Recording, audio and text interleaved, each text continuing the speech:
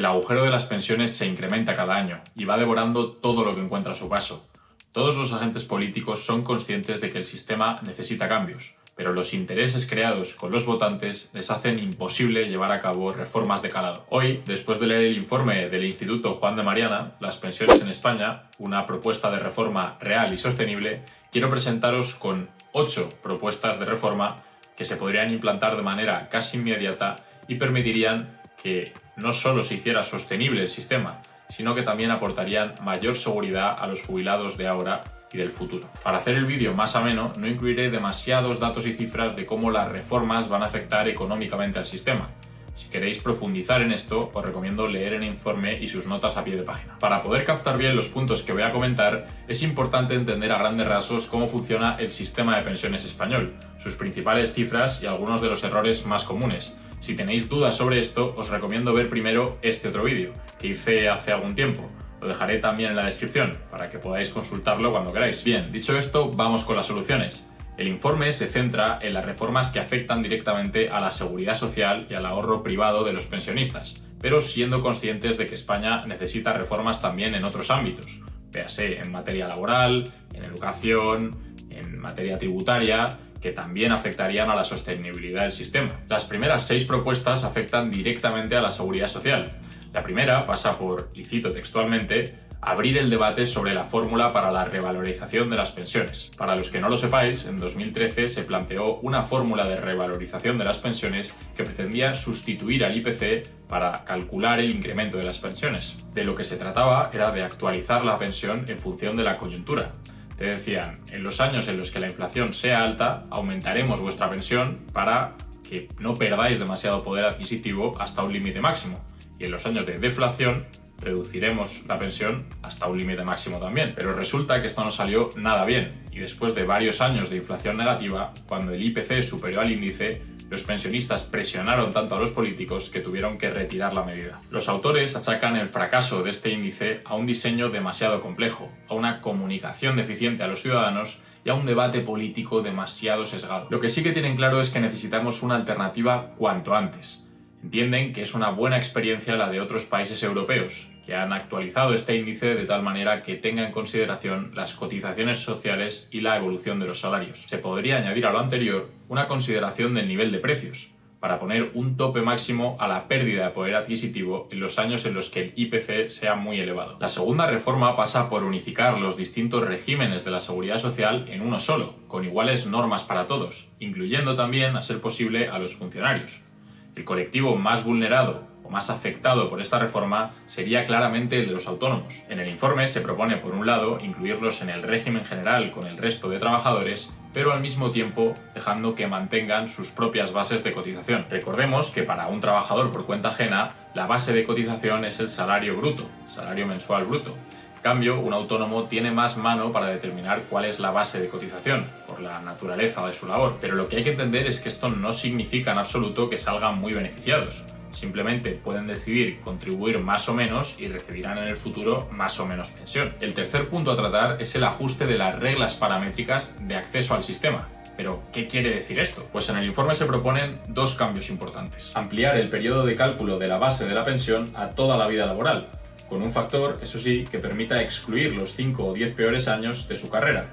Y también establecer un mínimo de 45 años de cotización para cobrar el 100% de la base. Expliquemos qué supondría esto con respecto al actual sistema. Sobre la primera, cuanto más extiendas el periodo de cálculo, menos pensión cobrarás de promedio. ¿Por qué? Porque se tendrán en cuenta los salarios de cuando eras más joven. Si se aumenta el periodo de 25 años a toda la vida laboral, tendrán en cuenta salarios más bajos de cuando tenías 25, 30, 35 y tendrán menos peso en la ecuación los salarios de cuando tenías 45, 50, 55, etc. Esto, sin embargo, es absolutamente necesario para garantizar la sostenibilidad del sistema. Os dejo un pequeño gráfico con los efectos que tendría un aumento del periodo de cálculo. Tenemos, por otro lado, el mínimo de 45 años trabajados para cobrar el 100% de la pensión. Esto supondría un incremento de 10 años con respecto al actual mínimo, que se sitúa en 35 años trabajados. Los autores son conscientes de que no sería razonable implantar estas soluciones de un día para otro, porque sería injusto para los jubilados actuales que han hecho planes con respecto a las reglas anteriores. Por este motivo, recomiendan establecer un periodo transitorio, de tal forma que solo se aplique la medida a los menores de 50 a 55 años, que tienen todavía tiempo para adaptarse, y para los mayores de esa edad se aplicarían las reglas de 2011, que dejarían de aplicarse hacia el año 2027. El incremento de la esperanza de vida es algo sensacional, que debe promoverse en cualquier escenario, pero lo cierto es que supone un reto financiero como pocos. Imaginaos que a cada pensionista, en vez de tener que pagarle la pensión durante 20 años, se la tienes que pagar durante 30. La solvencia del sistema queda claramente cuestionada. Esto, unido a la inversión de la pirámide demográfica, es decir, cada vez más abuelos y menos niños, hacen el factor de sostenibilidad más necesario que nunca. Esto pasa por adaptar las pensiones a la esperanza de vida. Si ésta se va incrementando, la cuantía de la pensión se irá reduciendo, porque hay que pagar la pensión durante más años. Se tendrá en cuenta para calcularlos la tasa de mortalidad de los pensionistas elaborada por la Administración de la Seguridad Social, y utilizarán como referencia la edad de los 67 años. El quinto punto pasa por establecer una edad de jubilación flexible, en la que el trabajador tenga mucho margen para decidir cuándo se jubila, obviamente sin poner en riesgo la pensión del resto. Según dicen los autores, si se aplican correctamente las medidas 3 y 4 que ya hemos comentado, debería ser mucho más sencillo que el trabajador tuviera margen para decidir cuándo jubilarse. El rango podría estar perfectamente entre los 60 y los 75 años. Aunque obviamente quien se jubile a los 60 tendrá unas condiciones muy distintas que el que se jubile a los 75. El proceso mental debería ser el siguiente, muy sencillo. Puedo cobrar 40 durante 30 años o puedo cobrar 75 durante 20 años. En un caso, mi jubilación se alarga y en el otro cobro casi el doble cada mes. Pero está claro que el gasto en pensiones para el sistema público debe menguar si me jubilo a los 60, porque estaré contribuyendo 15 años menos que el que se jubila a los 75. Y por supuesto, no existen solo dos opciones. Podríamos utilizar todo el rango de edad de entre 60 y 75 años para decidir exactamente qué nos interesa. Incluso cabe la posibilidad de premiar a los que se mantengan más tiempo en activo con un incremento progresivo de su pensión. Todo esto podría compatibilizarse con esquemas que permitan compaginar trabajo y pensión, algo parecido a la jubilación activa que conocemos hoy. La sexta propuesta es más una tarea informativa, pero muy necesaria, y que consistiría en enviar una carta todos los años a los trabajadores de más de 50. Uno de los principales problemas con los trabajadores hoy en día es que no son conscientes de la situación de su pensión, y por ello no pueden tomar decisiones sobre su futuro con toda la información en mano. Una medida como esta tendría un coste presupuestario muy bajo, casi ridículo, y serviría para aportar mucha seguridad y poder a los pensionistas del futuro. El hecho de que sea en forma de carta es más importante de lo que parece. Actualmente hay un simulador en la página web de la Seguridad Social donde puedes calcular aproximadamente tu pensión, pero la gente no lo conoce o no lo entiende bien.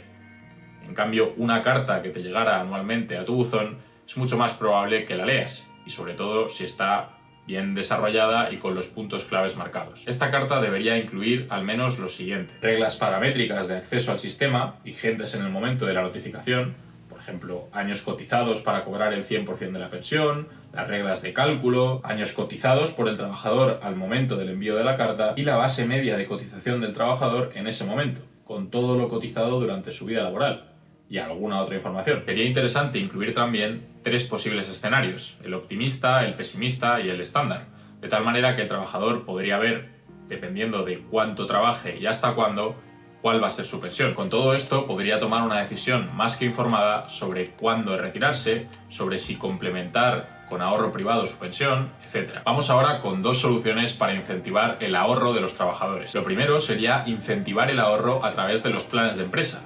Esto básicamente consistiría en empezar a modificar el sistema de tal forma que se convierta en una hucha para el trabajador y no en un sistema de reparto como actualmente funciona. Actualmente los tipos de cotización por contingencias comunes ascienden al 28,3% del salario bruto, 23,6% a cargo de la empresa y 4,7% a cargo del trabajador. Además, una cotización para el desempleo del 7,05% en los contratos fijos. En resumen, en torno al 35% del salario bruto se va en cotizaciones, y esto sin contar las contingencias profesionales. Lo que se propone aquí es usar 3 o 4 puntos porcentuales de ese 35% para crear un plan de ahorro para el trabajador. Además, podríamos seguir el ejemplo de Reino Unido y hacerlo de suscripción voluntaria, pero en el que apareces inscrito por defecto, y solo si el trabajador expresamente lo quiere puedes salir del mismo. Por ejemplo, los trabajadores, cuando firmaran un nuevo contrato de trabajo, destinarían un 2% de su sueldo a este fondo, y la empresa estaría obligada, en este caso, a aportar una cantidad equivalente. Si el trabajador quiere renunciar, puede hacerlo, y tendría un sueldo un 2% más alto,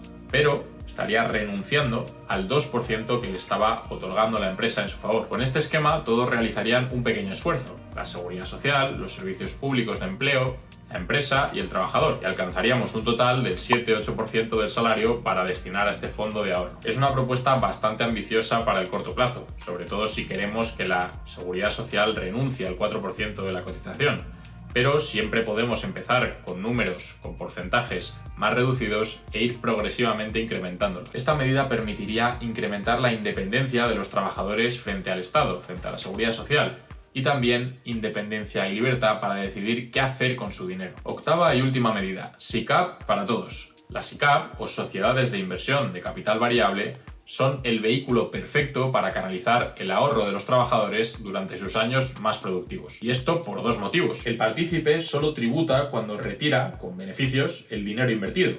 Y dos, se pueden incluir en estas sociedades todo tipo de activos financieros. Durante años, este ha sido el vehículo de inversión preferido por las grandes fortunas. En la actualidad, para constituir una SICAV son necesarios al menos 100 accionistas y un capital mínimo de 2.400.000 euros. Este vehículo de inversión debería estar, según los autores, disponible para todo el mundo. En lo que ponen especial énfasis es en el hecho de no tener que tributar por cada operación que realices, siempre que dejes el dinero o los activos en la SICAV. La idea sería que a cada español mayor de edad se le abriera una cuenta al cumplir 18 años, y este solo tuviera que decidir el banco donde quiere abrirla, y el Estado realizara una aportación como regalo de cumpleaños de unos 1.000 euros. Esta medida no tendría un coste demasiado significativo, de unos 500 millones de euros cada año, y supondría un claro incentivo al ahorro en las personas más jóvenes. Además, los fondos que fueran acumulándose solo podrían retirarse en casos muy tasados, como desempleo de larga duración o enfermedad grave. Es una reforma bastante fuera de lo común en nuestra sociedad, pero sería un paso fundamental para crear una sociedad de ahorradores, donde se potenciara de verdad el ahorro privado. Y con esta reforma lo dejamos por hoy. Espero que hayáis entendido que hay cambios que son absolutamente necesarios, que los necesitamos ya y que además son posibles, que esto es lo más importante. Si queremos conservar nuestra pensión, es necesario que estemos informados y que pidamos reformas a nuestros políticos. Y ahora te dejo con el vídeo que YouTube recomienda ver a continuación.